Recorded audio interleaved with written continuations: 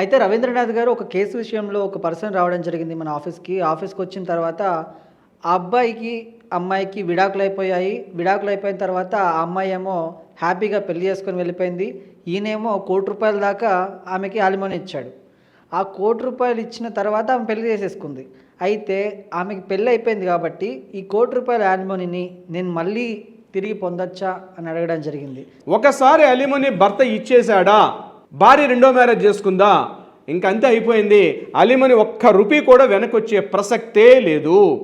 So ఈ video చూస్తున్నటువంటి మన సోషల్ పోస్ట్ ఆడియన్స్ అందరికీ నేను చెప్పేది ఒకటే, మీరు కానీ మీకు కోర్టు, ఫ్యామిలీ కోర్టులో కానీ లేదా హైకోర్టులో కానీ సుప్రీంకోర్టులో కానీ వివాదాలు ఉండి అలిమనీకి వెళ్ళేటప్పుడు డెఫినెట్గా ఈ వీడియో చూడండి, 10 మందికి షేర్ చేయండి. ఒక్కసారి మీ చేతి నుంచి అలిమనీ అమౌంట్ వెళ్ళిపోయిందా, ఆమె సెకండ్ మ్యారేజ్ చేసుకున్నా సరే మీకు ₹1 దక్కే ప్రసక్తే లేదు.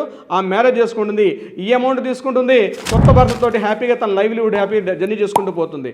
కానీ మెయింటెనెన్స్ విషయం అట్లా కాదు. కాబట్టి మీరు మెయింటెనెన్స్ ఇవ్వాలా, అలిమనీ ఇవ్వాలా, బిఫోర్ సిగ్నేచర్ పెట్టే ముందే వన్స్ డిసైడ్ చేసుకొని అప్పుడు మీరు ప్రిపేర్ అవ్వండి. ఈ హెడ్ఏక్స్ నాకు వద్దని చెప్పి అలిమనీకి వెళ్ళారంటే మాత్రం ఆ అమౌంట్ మళ్ళీ మీకు వెనక్కి వచ్చే ప్రసక్తి. ఎందుకంటే నవ్వేడేస్ సొసైటీలో చూస్తున్నాం, ఏదో కారణంతో గొడవలు పెట్టుకుంటున్నారు అమ్మాయిలు, గొడవలు పెట్టుకుని వెళ్ళిపోయి ఇది డివోర్స్, డీవీసీఓ, మెయింటెనెన్స్, రకరకాల 498 కేసు పెట్టి వెళ్ళిపోయిన తర్వాత భర్త ఎక్కడెక్కడో ఉద్యోగాలు చేసుకుని నాకు ఎందుకు హెడ్ఏక్, ఈ కేసు ఒక 2 years 3 years పాటు డ్రాగన్ అవుతుంది కాబట్టి ఒక లంసమ్ అమౌంట్ ఇచ్చేసుకుంటే నేను రిలీఫ్ అయిపోతాను కదా అనుకుంటాడు. కానీ మీరు మ్యారేజ్ చేసుకున్నా మీకు మెయింటెనెన్స్ ఇవ్వాల్సిందే, కానీ ఆ మ్యారేజ్ చేసుకుంటే మాత్రం మెయింటెనెన్స్ విషయం అలా ఉంది.